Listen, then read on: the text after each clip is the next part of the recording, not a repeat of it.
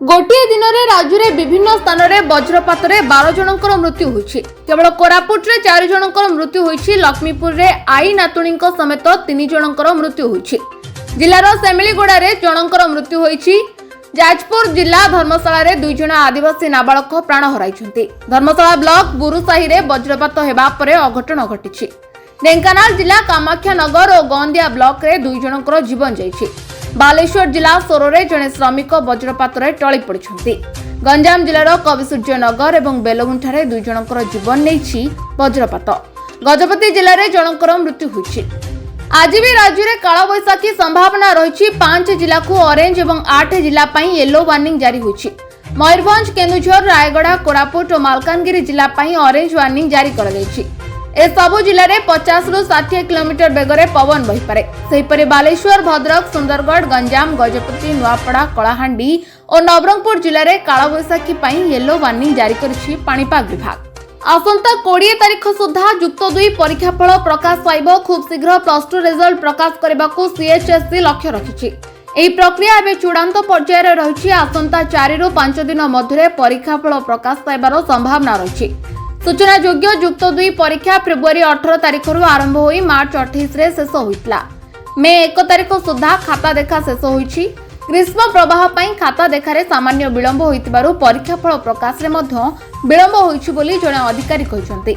आसंता 19 तारीख रे पवित्र भौरी तिथि परंपरा अनुसार रथ खळा को आज्ञामाळ विजय करबा सह चक अख जोखा नीति अनुष्ठित हेबो।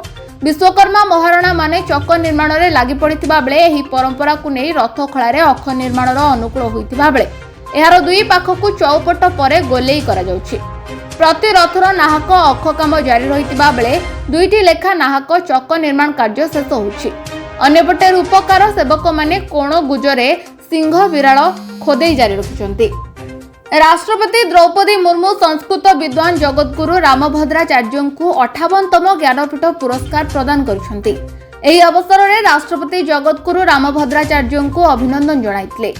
सेहीपरि कवि तथा गीतिकार गुलजार को 58तम ज्ञानपीठ पुरस्कार प्रदान करा जायछि। हेले स्वास्थ्यगत समस्या कारणरू गुलजार पुरस्कार उत्सव में जोग देई पारनथिबारु ज्ञानपीठ पुरस्कार पई मध्ये अभिनंदन जणाइछन्ति राष्ट्रपति।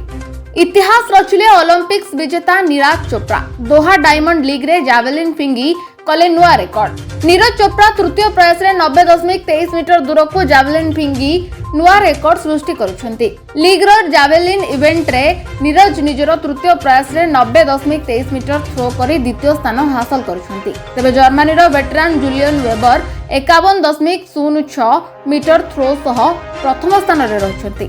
निकटरे सुना दर सर्वकालीन रेकर्ड पार करितला। 10 ग्राम सुना को 1 लाख टंका जाए पहुंचितला, जहां सुना प्रेमी को हताश करितला। हेले एबे पुणी थरे सुना दर खसिबार लागिछि। आ एहार कारण कुहा जाउछि अमेरिका चीन भितरे चलितिबा वाणिज्य विवाद रो अवसान। वर्तमान 10 ग्राम सुना को 92,000 टंका तळकु खसिछि। आगको आहुरी यथेष्ट सुना दर खसिबार संभावना थिबा विशेषज्ञ माने आकलन करिसंति। हिटमैन को बड़ सम्मान। पूर्वतन भारतीय टेस्ट दलर अधिनायक रोहित शर्मा नाम वांखेड़े रोहित शर्मा स्टैंड उद्घाटन करा जायछि। मुंबईर आइकनिक वांखेड़े स्टेडियम रे भारतीय दिनिकिया क्रिकेट अधिनायक रोहित शर्मा नाम एक स्टैंड उद्घाटन होइछि।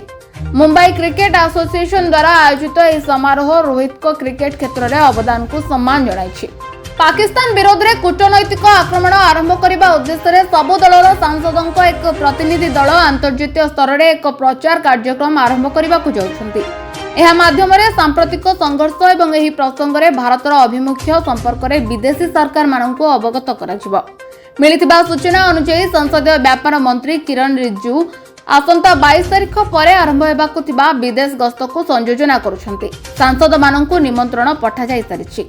आज पुणी बाजुबा आईपीएल बिगुल। भारत पाकिस्तान मध्य उत्तेजना जोगु सप्ताहक स्थगित होइतला आईपीएल 18तम संस्करण। एबे पुणी थरे फटाफट क्रिकेट रोमांच फेरिछि। आज चिन्नास्वामी स्टेडियम रे रॉयल चैलेंजर्स बेंगलोर एवं कोलकाता नाइट राइडर्स मध्य मैच खेलाजिबो। एही मुकाबिला केकेआर पई कर बा मर स्थिति रहिबो। मैच हारिले प्ले ऑफ टिकेट कटिबा एक प्रकार निश्चिंत हेबो।